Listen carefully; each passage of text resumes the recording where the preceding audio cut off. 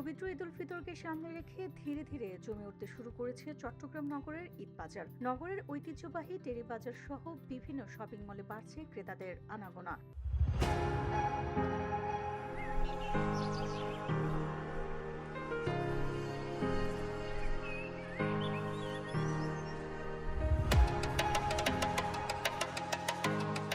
তবে পর্যাপ্ত নতুন কালেকশন থাকা সত্ত্বেও প্রত্যাশিত ক্রেতা না পাওয়ায় উদ্বেগে আছেন অনেক ব্যবসায়ী।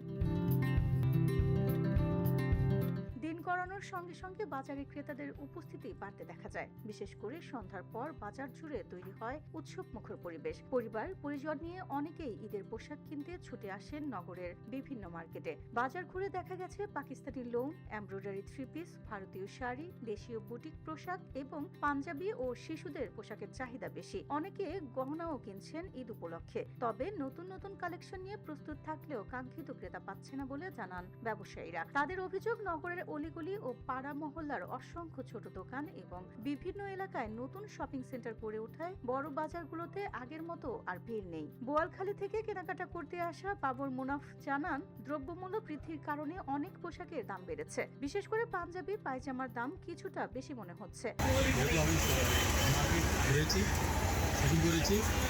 দামটা একটু বেশি, গতবার তুলনায় দামটা একটু বেশি।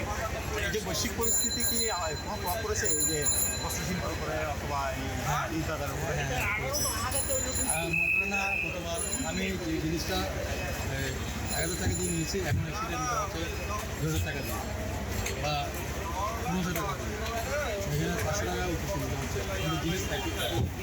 তবে ব্যবসায়ীদের দাবি, অধিকাংশ পণ্যের দাম গত বছরের কাছাকাছি রাখা হয়েছে। ব্যবসায়ীরা আশা করছেন ঈদের আগের শেষ সপ্তাহে ক্রেতাদের চাপ আরো বাড়বে এবং তখনই জমে উঠবে বেচাকেনা।